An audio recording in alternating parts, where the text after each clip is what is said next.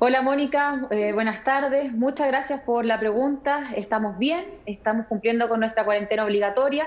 Efectivamente, Cristian dio positivo de un examen de COVID que se había practicado y sin duda que no es fácil porque inmediatamente entramos en un aislamiento dentro de nuestro hogar y eso produce obviamente el poder hoy día estar cada uno trabajando en lo suyo, pero también resguardando nuestra propia salud. Y cada uno está sin síntomas, él está asintomático, yo me siento bien, me practiqué, sí, un PCR hace pocos minutos, así que esperaré cuando corresponda el resultado y por supuesto lo voy a informar también.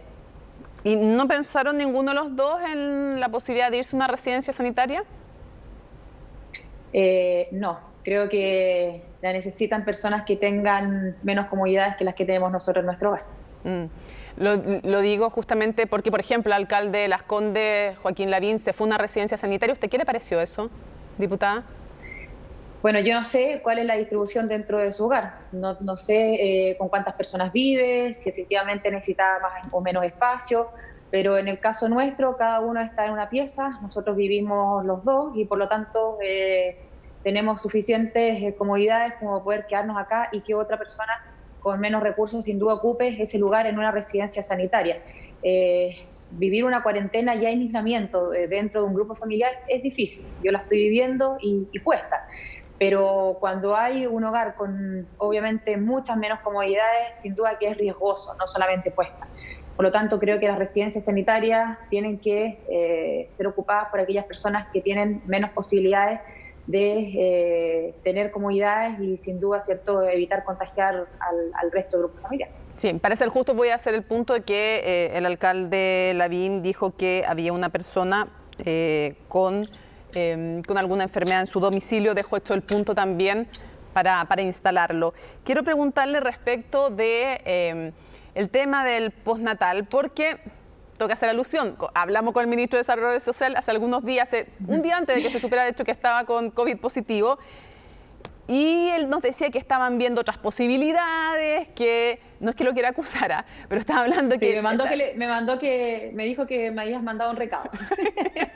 Que yo no sabía si iba a crear conflicto esta situación, pero en fin, la verdad es que quiero preguntarle porque usted ha sido bien crítica respecto del gobierno y el postnatal de emergencia, y quiero saber si realmente las otras opciones se están avanzando o se allana el gobierno a patrocinar este proyecto. Bueno, efectivamente en esto estamos con roles cruzados y yo tengo plena convicción que el gobierno no puede seguir guardando silencio en una incertidumbre que hoy tienen a miles de mujeres, como es aquellas familias cuyo postnatal venció en plena pandemia, en plena emergencia, y por lo tanto creo que tenemos la responsabilidad de recuperar el diálogo con el gobierno en este punto, de poder acercar posiciones, de ojalá que ellos se den cuenta que nuestro proyecto es el más efectivo y el mejor para darle respuesta a las más de 22.000 familias que se encuentran en esta situación. ¿Sí? ¿Lo que usted esperaría es una solución alternativa o que patrocinen el proyecto para que no tenga problemas de constitucionalidad, dado que irroga gasto fiscal? ¿Qué esperaría del gobierno? Con el gobierno yo no tengo ninguna duda que coincidimos en el fondo del asunto, sí, y que ya, o al menos todos reconocemos que acá hay una situación concreta, real, un problema, y por lo tanto hay que darle solución. Hemos diferido de la forma, y nosotros, si bien estamos defendiendo nuestro postnatal de emergencia, la inconstitucionalidad se deriva de que nosotros hemos sido los mocionantes de este proyecto. Claro. Si el gobierno quiere presentar su propio proyecto, nosotros estamos dispuestos a abandonar las firmas del postnatal de emergencia, con tal de que se amplíe el postnatal para aquellas mujeres cuyo permiso venció en plena pandemia y también respecto del fuero. Pero también creo que es importante, entendiendo que no son recursos de uno ni del Congreso, sino que son de todos los chilenos, sí, y que hoy ya están en la arca fiscal, que el gobierno hoy tiene que responder un sinfín de medidas. Por eso nos hemos abierto a conversar con el gobierno. Agradecemos, de hecho, la posibilidad de habernos reunido hoy en la mañana con la ministra del Trabajo. Es que justamente eso le quería preguntar. Una reunión con la ministra hubo una reunión con la ministra del Trabajo. No sé si estuvo también o no, usted me cuenta, la ministra del CERNAM, Mónica Salaquet. Quiero saber si estuvo ella, y lo otro, quiero saber si es que se avanzó algo. ¿Hay avances? ¿Hay luz al final del túnel o todavía no? Bueno, es primera vez que conversamos con ella, este grupo transversal de parlamentarios que hemos sido autores de estos proyectos de ley. Cada uno había tenido conversaciones independientes y bueno, y sin duda la hemos escuchado también a la ministra en las comisiones de trabajo. Pero es primera vez que nos sentamos a la mesa, hay que decirlo, con el proyecto en el Senado, con la comisión del Senado revisando, ¿cierto?, este proyecto, y habiendo sido ya despachado a la Cámara de Diputados, que es al menos lo que a nosotros nos corresponde. La ministra de la Mujer no estuvo presente en la reunión. Nosotros la verdad es que le pedimos a la ministra del Trabajo, que ella ha sido quien ha llevado las conversaciones de este tema por ahora, y que se reuniera con nosotros, y por eso creo que es importante que por primera vez se reúne con los parlamentarios transversales que hemos empujado este proyecto. Y en eso, Mónica, hay que ser muy generoso en lo siguiente.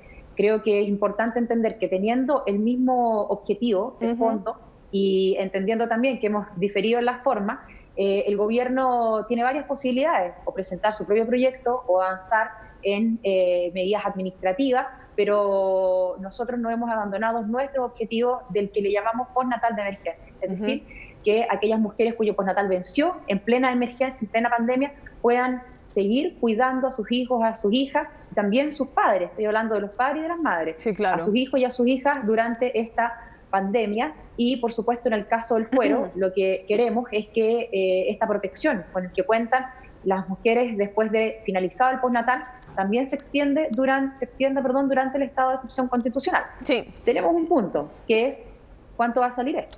Sí. Y ahí es donde está... ahí donde está lo más complejo.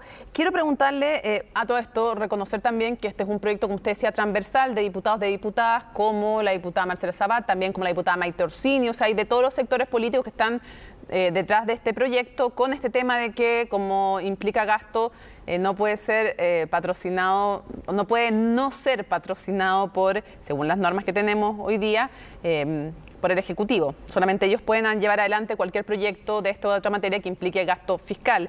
Quiero preguntarle respecto de otro tema que ha estado en discusión hoy día. El alcalde Carter sostuvo que este era el momento, por la crisis que se estaba viviendo, para que se permitiera retirar el 10% de los ahorros en las AFP a quien lo necesitara. ¿Qué opina usted? Mónica, solo para terminar lo anterior, sí. ¿En qué quedamos? En que nosotros le explicamos nuestro proyecto y qué buscábamos.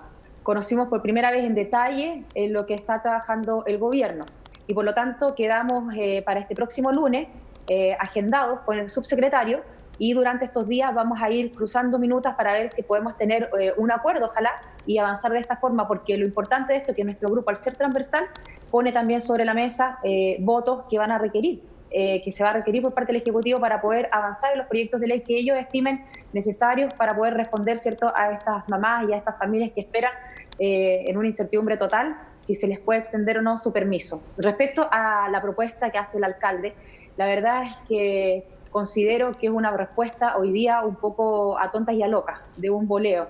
Sabemos que las personas hoy día necesitan recursos, sabemos también que los fondos que han logrado ahorrar en las administradoras de fondos de pensiones son propios, pero sabemos también que en nuestro país tenemos un profundo problema con las jubilaciones porque son indignas en muchos de los casos de nuestros jubilados. Por lo tanto, yo lo primero que haría es que no nos pase lo que nos pasó con el postnatal. Es decir, creo que el Ejecutivo en esto no puede guardar silencio, tiene que entregar una posición y tiene que abrirse a revisar. A mí no me parece justo que uno hable de un 10%, porque el 10% de una persona que lleva, por ejemplo, 5 años cotizando no es el mismo 10% de una persona que hoy tiene 58, 60 años y está a puerta de jubilarse. Estamos en un estado de excepción constitucional que ha durado 3 meses, 90 días, y que posiblemente, ¿cierto?, se amplíe por otros meses más. Por ejemplo, abrirnos a revisar estos meses, que sea acotado, que sea lo mismo, porque creo que es muy distinto, insisto, a plantear un porcentaje que sin duda siempre además va a ser discutido. ¿Pero usted sería partidaria entonces de que se les permitiera, cambiando el porcentaje o regulando distinto, usted sería partidaria de que se le permitiera retirar fondos en este contexto de emergencia de las AFP?